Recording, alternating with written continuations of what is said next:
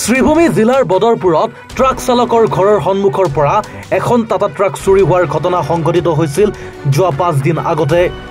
পিছত ট্ৰাকৰ গৰাকীয়ে বদৰপুৰ থানাত দাখিল কৰে এজাহাৰ। উক্ত এজাহাৰ লাভ কৰাৰ পিছতে বদৰপুৰ আৰক্ষী থানাৰ ওচিয়ে আৰম্ভ কৰে তদন্ত প্ৰক্ৰিয়া।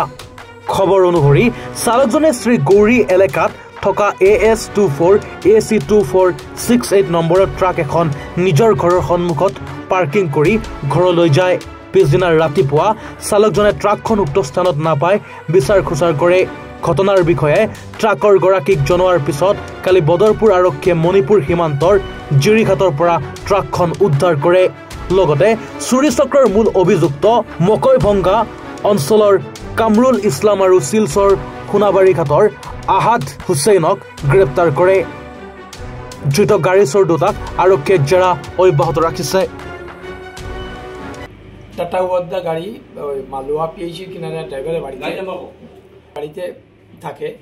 ওই সকালবেলা আমাকে গতকালকে সকালবেলা ড্রাইভার ফোন করে বললো যে আমার গাড়িটা চুরি হয়ে গেছে।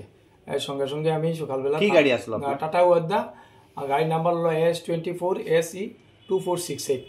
আচ্ছা, হোয়াইট কালারের গাড়ি। তো ড্রাইভার ইনফর্ম করার সঙ্গে সঙ্গে আমি বদরপুর থানায় যাই।